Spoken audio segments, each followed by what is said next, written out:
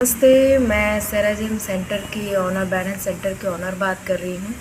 आज मैं आपको रीढ़ की हड्डी के बारे में बताऊँगी कि रीढ़ की हड्डी कैसे हमारे स्पाइनल कॉर्ड पे काम करती है। मेरे पीछे आप रीढ़ की हड्डी देख रहे हैं और इसमें 3 हिस्से होते हैं। पहला होता है सर्वाइकल, दूसरा होता है थोरैसिक और तीसरा होता है लुम्बर। तो हमें हमारे जो सर होता है, सर में जो आप देखेंगे तो सर के बीच से जो एक सेंट्रल नर्वस सिस्टम होता है वो आपके पूरे एक स्पाइनल कॉर्ड पे काम करती है, तो उसको बोलते हैं सेंट्रल नर्वस सिस्टम। तो आपको समझना होगा कि ये सेंट्रल नर्वस सिस्टम बीचों बीच होता है और सारी स्पाइनल कॉर्ड उसको बचा के रखती है, क्योंकि आपने देखा होगा कि जनरली जब हम गिर जाते हैं तो नसें पिचक जाती हैं, दब जाती है, या डिस्क की प्रॉब्लम कमर में हो जाती है, या सर्वाइकल की प्रॉब्लम हो जाती है और उसकी वजह से आपका हाथ पैर चलना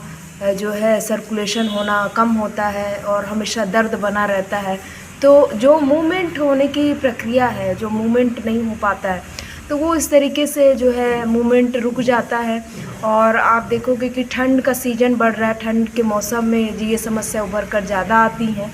और ये उभरना स्वाभाविक है, क्योंकि हमारी जब हड्डियाँ और मांसपेशियाँ उस जगह पर कमज़ोर हो जाती हैं, कोई तेज़ फोर्स दबाव ज़्यादा आपकी उस हड्डियों को डैमेज कर देता है, तो हमारा जो नर्वस सिस्टम होता है वो एक्टिवेट नहीं हो पाता है और सर्कुलेशन की जो प्रक्रिया होती है वो धीमी हो जाती है। वहाँ की मांसपेशियों में जो जब भी खून जो सर्कुलेशन होता है तो वहाँ पर जो है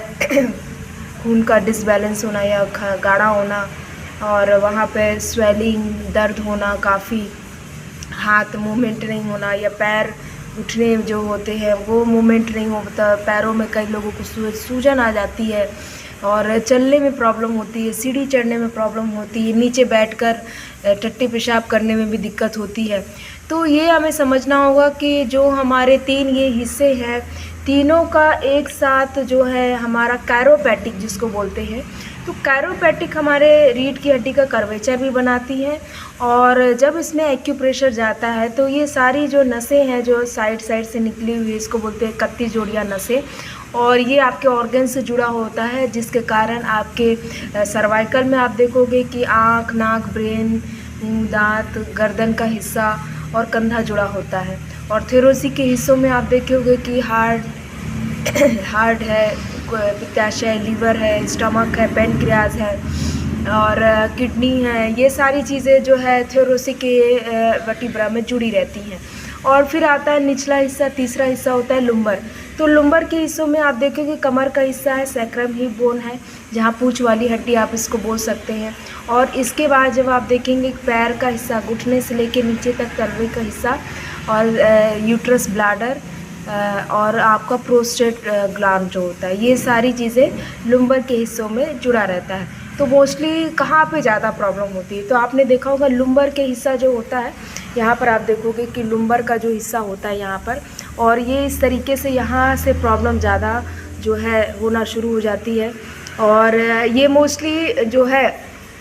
महिलाओं को बच्चे होने के बाद पैल्वी का हिस्सा जो होता है वो फैलता है, सक्रिय होता है, फिर तो वहाँ पर वो कोई थेरेपी एक्सरसाइज नहीं करती हैं, जिसकी वजह से उनको कमर और सैक्रम हिप बोन में प्रॉब्लम आने लगती है, यूट्रस में प्रॉब्लम आने लगती है, घुटने और पैरों में दिक्कत आने लगती है। तो ये महिलाओं की स्वाभाविक है कि बच्चे होने के बाद या पीरियड के दौरान ऐसी प्रॉब्लम होती रहती है। और इसका कोई इलाज आप क्या समझ सकते हो, इलाज यही है कि आप उसको गर्म रखें, उसका सर्कुलेशन बेहतर करें और ये जो थेरेपी होती है वो बेहतर से बेहतर आपके लुम्बर के हिस्से को जो है मैनेजमेंट करती रहती है, उसका सर्कुलेशन अच्छा बनाती है, उसके जो ये वर्टिब्रा है जो फ्लूइड से भरा होता है, पानी से भरा होता है, गुब्बारा होता है, तो ये फ्लेक्सिबिलिटी जो है बना के रखता है। तो अब आप बात ये आती है, पुरुषों में भी यही प्रॉब्लम होती है, कमर दर्द की लंबे समय से शिकायत होती है और